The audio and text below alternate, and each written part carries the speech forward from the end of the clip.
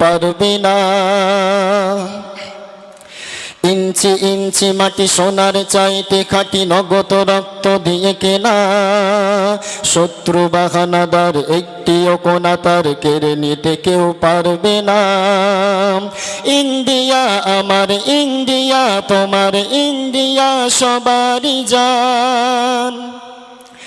India আমার India তোমার India সবারই জান। ধন্য ধন্য আমি সবার চাইতে দামি বাংলা মাটির সন্তান। আমরা যে দেশে জন্ম নিয়েছি এটা আমাদের সৌভাগ্য। তবে দুঃখের বিষয় হলো এটাই, আমরা এই দেশটাকে হিন্দু মুসলিম জৈন খ্রিস্টান আদিবাসী সবাই মিলে স্বাধীন করেছি, সবাই সবার অধিকার পেয়ে যাচ্ছে, কিন্তু এই জালিম সরকার মুসলমানদের অধিকারটা কেড়ে নেওয়ার চেষ্টা করছে। আমি সকলকে বলবো, কেউ কারো অধিকার দেয় না, অধিকার নিজেদেরকে বুঝে নিতে হবে। তাই আগামী দিনে আপনারা পীরজাদা আব্বাস সিদ্দিকী ভাইজানের ডাকে সকলে ঐক্যবদ্ধ হয়ে আমরা নিজেদের জান দিয়ে হলেও আমাদের ওয়াকফ সম্পত্তিকে আমরা হেফাজত করব। সবাই রাজি আছেন? একটু হাত তুলে দেখান, তাকবীর দেন, নারায়ে তাকবীর। আরো জোরে তাকবীর দেন, নারায়ে তাকবীর। আহলে সুন্নাত আল জামাত, আহলে সুন্নাত আল জামাত। ছোট্ট করে একটা কলি বলবো, শেষ করে দেব। ইন্ডিয়া আমার ইন্ডিয়া তোমার ইন্ডিয়া সবারই জান। ধন্য ধন্য আমি সবার চাইতে দামি বাংলা মাটির সন্তান।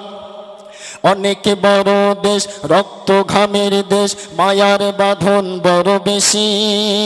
হিন্দু মুসলমান জৈন বা খ্রিস্টান সবাই তো ভারতবাসী। জোরে বলেন নারায়ে তাকবীর। আরো জোরে তাকবীর দেন, নারায়ে তাকবীর। আমরা দেশকে ভালোবাসি এর প্রমাণ। এদেশে মায়ার বাঁধন আছে না নাই? হিন্দু মুসলিম সবার রক্ত দিয়ে এই দেশটাকে আমরা স্বাধীন করেছি। যদি আপনাদের আমার কথাটা বিশ্বাস না হয়, আপনারা দিল্লি গেতে চলে যান, সেখানে সবচাইতে বেশি মুসলমানদের নাম আপনারা খুঁজে পাবেন। তাহলে এদেশের মাটিটাকে স্বাধীন করার জন্য আমরা জান দিয়েছি, আমরা মাল দিয়েছি, আমরা শ্রম দিয়েছি, আমরা রক্ত দিয়েছি এই দেশের জন্য। আজ কেন এই সরকার আমাদের যে অধিকার, সেই অধিকারটা কেন দিচ্ছে না? আগামী দিনে যদি এই ওয়াকফ সম্পত্তিকে হেফাজত করার জন্য জান দিতে হয়, আপনারা প্রস্তুত আছেন? একটু হাত তুলে দেখান, প্রস্তুত আছেন? নারায়ে তাকবীর।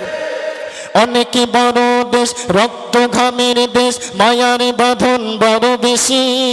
হিন্দু মুসলমান জৈন বা খ্রিস্টান সবাই তো ভারতবাসী। সবাই তো আমার সঙ্গে বলেন, ইন্ডিয়া আমার ইন্ডিয়া তোমার ইন্ডিয়া সবারই জান। ধন্য ধন্য আমি সবার চাইতে দামি বাংলা মাটির সন্তান। দোয়া করবেন আমার জন্য, আমিও আপনাদের জন্য দোয়া করি। নিজেদের মধ্যে ভাগাভাগি করবেন না। আমরা দল মত কিছুই বুঝি না। যে আমাদের জন্য লড়বে আমরা তার সাথে থাকবো। কথা বলেন ঠিক কিনা? যে আমাদের হয়ে কথা বলবে আমরা তার হয়ে লড়বো। হোক সে বিজেপি, হোক সে টিএমসি, হোক সে সিপিএম, হোক সে আইএসএফ। যাই হোক, আমি আমার বক্তৃতা শেষ করলাম। ওমা আলাইনা ইন্নাল বালাগ।